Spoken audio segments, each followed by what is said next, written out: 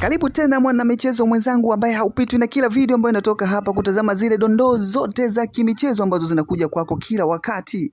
Hii leo Juni 24, 2026 imepigwa michezo kadhaa ya ligi kuu NBC Tanzania bara 2025-26 katika mwendelezo wa kumsaka bingwa wa mashindano hayo ya ligi kuu NBC Tanzania bara.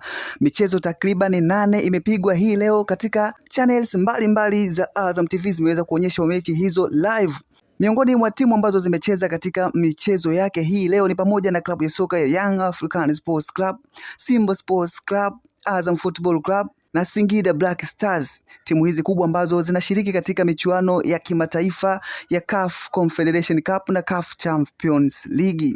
Bwana, kwa upande wa klabu ya soka ya Young African Sports Club hii leo imeweza kushinda mabao 3-0 dhidi ya klabu ya soka ya Azam Football Club katika mchezo wa ligi kuu NBC Tanzania bara uliopigwa katika viunga vya visiwani Zanzibar katika uwanja wa New Amani Complex.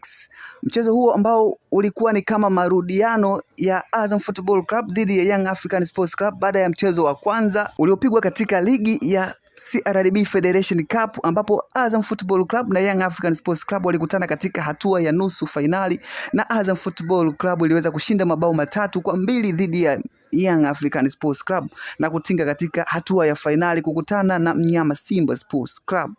Young African Sports Club imeweza kushinda kwa kishindo mchezo wa hii leo mabao 3-0, mabao hayo yakifungwa na wachezaji Ibrahim Baka, goli la pili likifungwa na Depu katika mkwaju wa penalty na goli la tatu likifungwa na Pacome Zouzoua.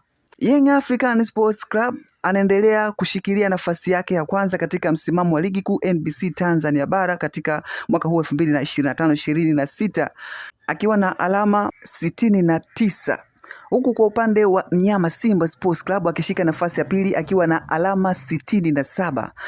Timu inayoshika nafasi ya tatu katika msimamo wa ligi kuu NBC Tanzania bara ni Azam Football Club yenye pointi 58 na timu ya 4 ni Singida Black Stars yenye pointi 50. Kikosi cha Azam Football Club kiliweza kunyong'onyeshwa baada ya kutokea kwa penalty. Arajiga ambaye alikuwa ni referee wa kati aliweza kupuliza kipenga baada ya Depu kuchezewa foul katika eneo la boksi la wapinzani wake. Depu aliweza kupiga mkwaju huo wa penalty na kuiandikia Young African Sports Club goli la pili. Azam Football Club waliweza kuonyesha kuto kukubaliana na maamuzi ya referee na hapo kasi ya uchezaji ilianza kupungua na Young African Sports Club waliweza kuendelea kupitia mchezaji wao Pacome Zouzoua akaiandikia Young African Sports Club goli la tatu. Na mchezo unamalizika kwa dakika 90 mabao 3-0.